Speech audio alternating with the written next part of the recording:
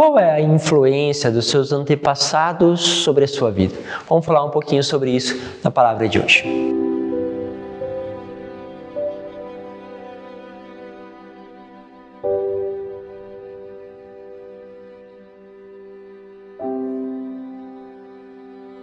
Em nome do Pai, do Filho e do Espírito Santo. Amém.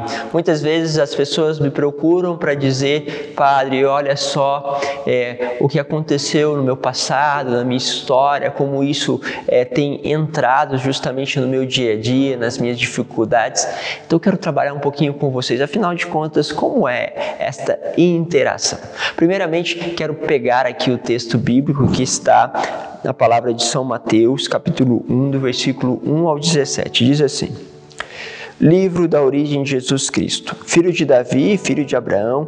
Abraão gerou Isaque, Isaque gerou Jacó, Jacó gerou Judá e seus irmãos. Judá gerou Farés e Zara, cuja mãe era Tamar. Farés gerou Esrom, Esrom gerou Arã, Arã gerou Aminadab, Aminadab gerou Nasson, Nasson gerou Salmão, Salmão gerou Boz, cuja mãe era Raabe.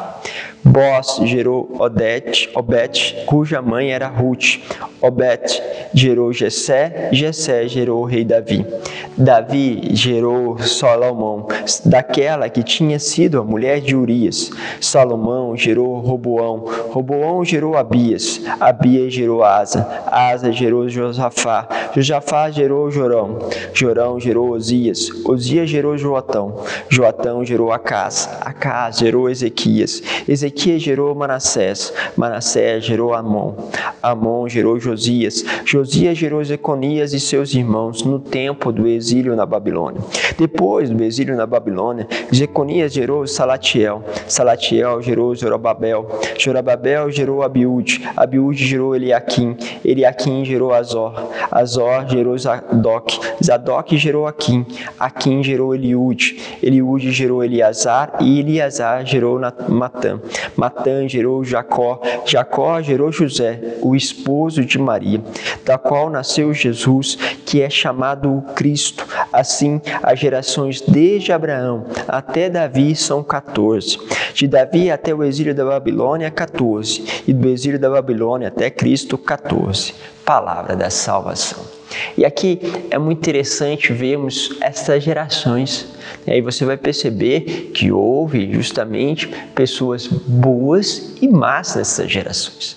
Como todos nós temos pessoas que foram boas nas nossas gerações passadas e pessoas que foram um desastre, que colocaram sobre nós, sobre as nossas gerações passadas, maldições, como há também as pessoas que declararam bênção. E por isso nós precisamos entender, sim, há uma lógica espiritual com relação aos nossos antepassados. Como assim? Nós recebemos dos nossos antepassados características físicas, psicológicas e espirituais. Eu acho que a característica física e psicológica seja bem claro para nós, mas a mesma coisa recebemos espiritualmente. Elas não determinam a nossa vida, porque se determinasse, estaríamos condicionados àquilo que veio dos nossos antepassados, embora tenha muita influência. Muitos autores na área da psicologia acreditam que a nossa vida, aqui está principalmente aqueles que estão mais enraizados ali, justamente na psicologia, naquilo que é análise, e aí aonde nós somos muitas vezes condicionados por acontecimentos na nossa infância e elas vão determinar, Vamos falar justamente de Freud, a questão do determinismo. Isso é um certo negativismo, onde as condições estipuladas na infância praticamente determinam a vida de uma pessoa. Sim, nós acreditamos que essa influência é muito grande e importante, mas ela não pode determinar, senão perdemos justamente esta liberdade de sermos pessoas, de mudar a história, de sermos tocados por Deus. Perdemos esta liberdade e aí somos, entre aspas, para esta forma de pensamentos não marionetes de Deus, mas marionetes daquilo que foi as condições da nossa infância. Lógico, eu estou falando aqui de uma forma muito superficial, porque dentro, em todas as formas de pensamentos, há muitas ramificações, tá? Então você vai perceber que tem outros psicólogos que, embora tenham a mesma raiz na análise, eles pensam de uma forma muito diferente e vão justamente reestruturando isso.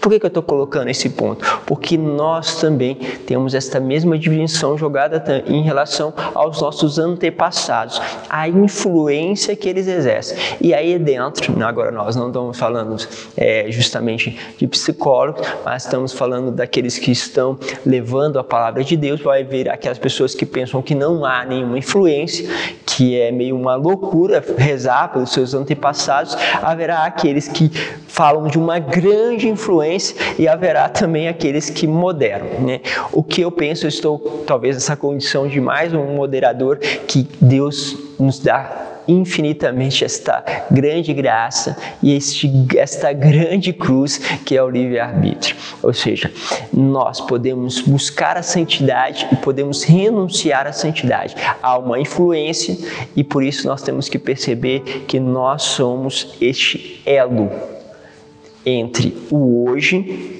e aquilo que virá, e também entre o passado, que já justamente tem os seus acontecimentos, as suas maldições e as suas bênçãos que chegaram até nós. Então nós somos este elo no presente e precisamos então, com a nossa oração, quebrar. O que Cristo faz? Quando entra na história, a encarnação do Verbo, ele começa a quebrar. Ele começa justamente a quebrar a maldição vindo do passado. Ele começa a ser aquilo que em todas as outras gerações, as que virão, serão consagradas, serão justamente encontrar nele este elo que liberta.